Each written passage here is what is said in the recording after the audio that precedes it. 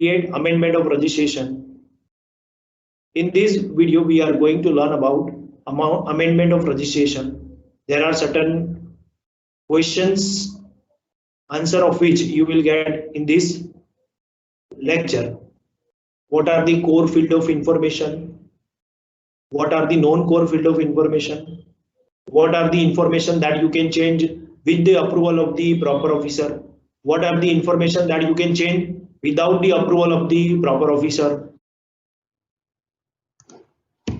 Amendment of registration section 28 read with rule 19. अगर amendment करवाना है तो सेक्शन 28 का प्रोसीजर फॉलो करना पड़ेगा. And how to amend the registration certificate and what are the things which person or applicant should know when he or she is doing amendment in registration. So where there is any change in any of the particulars furnished in the application for registration or UIN registered person shall within a period of 15 days of such change submit an application electronically in form GST REG 14 along with the documents relating to such change.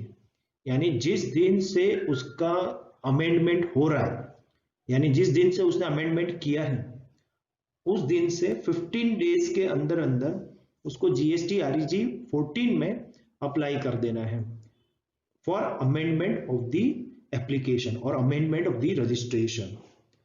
यानी ये time duration government ने allocate किया है कि when you change something then you have to apply for the same within 15 days of such change.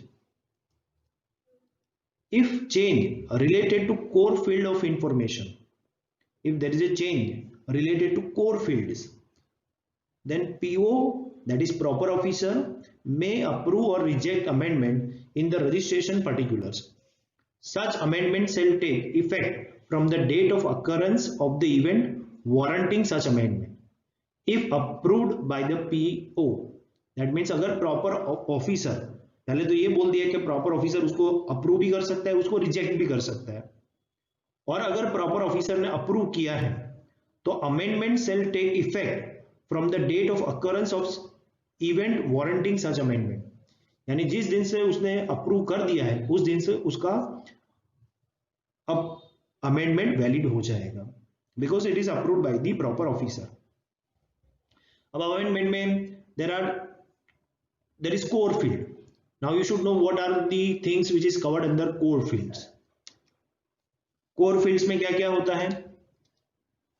Legal name of the business, ये core things है. अगर आप इसमें चेंज करना चाहते हो तो आपको प्रॉपर ऑफिसर को इसके लिए अप्लाई करना पड़ेगा within 15 days. Another core information is address of PPOB और APOB, principal place of business और एडिशनल प्लेस ऑफ बिजनेस. ये भी कोर फील्ड इंफॉर्मेशन है, उसको भी अगर चेंज करना है तो अप्लाई करना पड़ेगा. देन लास्ट वन, एडिशन और डिलीशन और रिटायरमेंट ऑफ पार्टनर्स और डायरेक्टर्स और कर्ता, managing director, board of trustees, CEO, chief executive officers और इक्विवेलेंट, ये भी अगर कुछ चेंज होता है, इसमें भी कुछ चेंज होता है, then he has to apply to the proper officer. Now, next point, if change relates to non-core field information. What is non-core field information? Like change in mobile number, change in email address. So that is called non-core information. अगर उसमें change करना है तो registration certificate shall stand amended upon submission of the application for amendment on the common portal. यानी GST common portal पे जिस दिन उसने एप्लीकेंट ने एप्लीकेशन सबमिट कर दिया नॉन कोर फील्ड इंफॉर्मेशन को चेंज करने के लिए, तो उस दिन उसको ऑटोमेटिकली वो चेंज कर सकता है. ये email address and mobile number, उसमें प्रॉपर ऑफिसर का अप्रूवल नहीं चाहिए, उसको प्रॉपर ऑफिसर का नहीं, डायरेक्टली वो उसे OTP से वेरीफाई होगा, उसका mobile number and email address और वेरिफिकेशन होके उसको ऑथेंटिकेट करके चेंज कर दिया जाएगा. बट याद रखो कोई भी उसको चेंज नहीं कर सकता. जिसने ऑलरेडी अपना मोबाइल नंबर या ईमेल एड्रेस दिया उसको अब चेंज करना है तो OTP के थ्रू वो चेंज हो सकता है. उसमें प्रॉपर ऑफिसर का परमिशन नहीं चाहिए, अप्रूवल नहीं चाहिए। If change in constitution of any business result in change of pan of A registered person, the said person shall apply for fresh registration. यानी अगर पैन कार्ड में चेंज होता है, अगर पान नंबर ही चेंज हो जाता है, तो फिर उसको फ्रेश रजिस्ट्रेशन के लिए अप्लाई करना पड़ेगा। Whether proper officer is of the opinion that the amendment sought is not warranted or the document furnished therewith are incomplete, he may within 15 working days serve a notice in the form GST REG 03. This SCN, that is so cause notice, can be replied within 7 working days in the form of GST REG 04. यानी इसमें क्या बोला है कि अगर proper officer को ऐसा लग रहा है कि what document furnished by the applicant और what amendment he want is not proper, then he will issue a notice in the form of GST REG 03। ये आपने पहले भी पढ़ा है कि GST REG 03 में नोटिस इश्यू किया जाता है। This SCN, show cause notice, can be replied within 7 working days, और ये सो कॉज नोटिस का एप्लीकेंट को 7 वर्किंग डेज के अंदर रिप्लाई करना है under the form GST REG 04। Any rejection और approval of amendment under SGST और UTGST shall be deemed to be a rejection or approval of under CGST। यानी कोई भी अब अमेंडमेंट उसका अप्रूवल या रिजेक्शन होता है under CGST act, sorry under SGST act और UTGST एक्ट, वो रिजेक्शन और अप्रूवल CGST एक्ट में भी हुआ है ऐसा मान लेना पड़ेगा। यानी कोई भी चेंज अगर आप अप्रूवल होता है या तो रिजेक्ट होता है एप्लीकेशन अंडर SGST एक्ट या तो UTGST एक्ट में, तो वो सेम CGST एक्ट में भी अप्रूव या रिजेक्ट हुआ है ऐसा मानना पड़ेगा। Then if PO fails to take any action within the time limit given above, certificate of registration shall stand amended to the extent applied for and amended certificate shall be made available to registered person। यानी if PO fails to take action, यानी उसको time limit मिलता है 15 days, 15 days के अंदर अंदर उसको registration certificate को अमेंडमेंट कर देना है, बट वो नहीं कर पाता वो 15 डेज के अंदर, तो certificate of registration shall stand amended to the extent applied for an amended certificate shall be made available to the registered person. फिर उसको ऑटोमेटिकली वो registration certificate GST common portal पे मिल जाएगा, बिकॉज 15 डेज के अंदर उसको वो अमेंडेड सर्टिफिकेट बना देना है, उसको रिप्लाई कर देना है, और या तो फिर एप्लीकेंट ने 7 डेज के अंदर अंदर सो कॉज नोटिस का रिप्लाई किया है, उसके बाद जिस दिन से रिप्लाई किया उस दिन के बाद 15 डेज के अंदर अंदर उसको वापस अप्लाई कर दे, GST कॉमन पोर्टल पे जाके उसका सर्टिफिकेट को अमेंड कर देना है, उसको वैलिड सर्टिफिकेट रख देना है। अगर वो नहीं कर पाता तो it is to be understand that it is amended. Application for amendment of registration cannot be filed for change in PAN because GST registration is PAN based.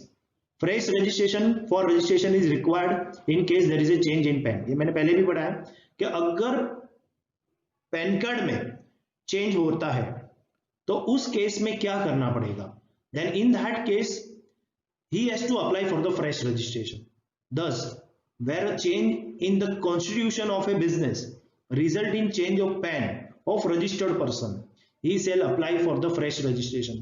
जब भी पैन कार्ड में चेंज होता है तो उस केस में उसको अपना फ्रेश रजिस्ट्रेशन अप्लाई कर देना पड़ेगा, बिकॉज अगर पैन कार्ड में चेंज हुआ that means constitution of the business change हो गया, तो इसलिए उसको क्या करना पड़ेगा, फ्रेश रजिस्ट्रेशन के लिए अप्लाई करना पड़ेगा। उसमें वो अमेंडमेंट नहीं कर सकता, इस केस में वो अमेंडमेंट इज नॉट पॉसिबल। और एक केस है जिसमें अमेंडमेंट नहीं पॉसिबल है, application for amendment of registration form can not be filled if there is a change in place of business from one state to another because GST registration are state specific। If one wishes to relocate his business to another state, he must voluntarily cancel his current registration and apply for a fresh registration in relocating state। यानी इसमें क्या हुआ कि उसका अगर PPO भी principal place of business या एपीओबी additional place of business वो चेंज होता है, तो इस केस में भी वो अमेंडमेंट नहीं कर सकता, क्योंकि उसमें स्टेट चेंज हो गया है। अगर सेम स्टेट में होता है तो then it is possible, but if state change then it is not possible. Say for example पहले उसका गुजरात में रजिस्ट्रेशन था, बट अब उसका रजिस्ट्रेशन महाराष्ट्र में है, तो उस केस में क्या करने का, उसको जो गुजरात का करंट रजिस्ट्रेशन है गुजरात में उसको सरेंडर करना पड़ेगा, वॉलंटरीली कैंसिल करना पड़ेगा, and now he has to apply for fresh registration in Maharashtra. So दो केस में अमेंडमेंट पॉसिबल नहीं होता, one change in PAN card number, second one change in state, ये दो बातें होती है तो अमेंडमेंट नॉट पॉसिबल। देन वही चीज को अब एक फ्लो चार्ट के थ्रू समझते हैं। यहां पे अगर मान लो कि कोई रजिस्टर्ड पर्सन है या UIN holder, unique identity number holder है, उसको ये अमेंडमेंट करवाना है, तो क्या प्रोसेस करना पड़ेगा। उसके लिए प्रोसेस है, तो उसमें दो एरियाज होता है, एक नॉन कोर एरियाज होता है और दूसरा है core areas. if applicant wants to change non-core areas, in that case what he can do, he can go to GST common portal and he can change the things by logging to GST common portal. What are the fields covered under non-core areas like email address, mobile number, etc. So if we do so, registration certificate can be amended and it is available on a GST common portal. ये हो गया non core areas के लिए। उसको change करना है, procedure बहुत ही simple है, जीएसटी कॉमन पोर्टल पे जाओ, रजिस्ट्रेशन सर्टिफिकेट को अपलोड किया हुआ है, उसको अमेंडेड सर्टिफिकेट वहां पे मिल जाएगा। बट अगर चेंज कोर एरियाज के लिए है तो उसमें क्या करना पड़ेगा, प्रॉपर ऑफिसर का अप्रूवल चाहिए। तो इसके लिए आपको क्या करना पड़ेगा, application for registration or UIN holder, registered person shall within a period of 15 days of such change apply to the proper officer, यानी उसको प्रॉपर ऑफिसर को 15 दिनों के अंदर अंदर अप्लाई करना पड़ेगा on A GST common portal. अगर प्रॉपर ऑफिसर ये जो भी उसने एप्लीकेशन किया है उसके साथ जो भी डॉक्यूमेंट फर्निश्ड किया है, जो whatever document provided at the time of application, if it is proper officer is satisfied with those documents, then proper officer amend this certificate within 15 working days and give him registration certificate, and it will be available on GST common portal. So this is for core areas. non core areas के लिए applicant directly जा सकता है, he doesn't require the permission of PO proper officer, but in case of a core area, change in core fields information, core field information, in that case he requires permission of a proper officer, approval of the proper officer. So what he has to do, he has to apply within 15 days on a GST common portal, and if proper officer is satisfied with whatever documents supplied by applicant, then within 15 days he will upload a certificate, amended certificate on GST common portal. But what if proper officer is not satisfied? Officer is of the opinion that the amendment short is either not warranted or the document furnished therewith are incomplete or incorrect, he will serve a notice to the applicant. Reply has to be filled within 7 working days.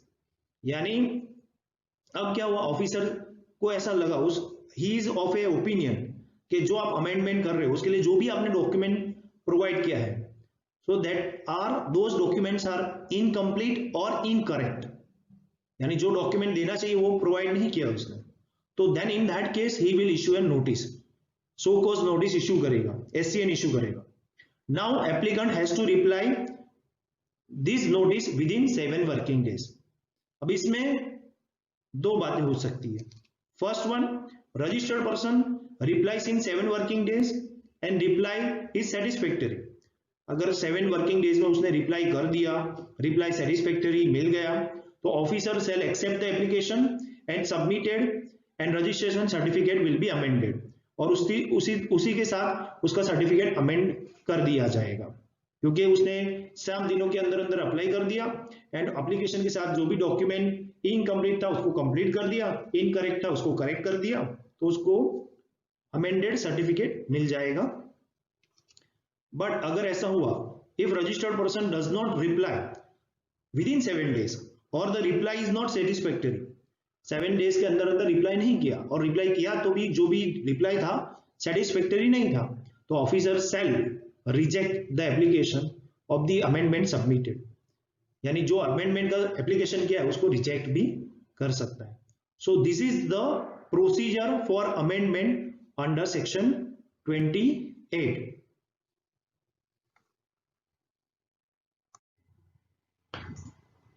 Thanks for watching my video. Do like and subscribe my YouTube channel.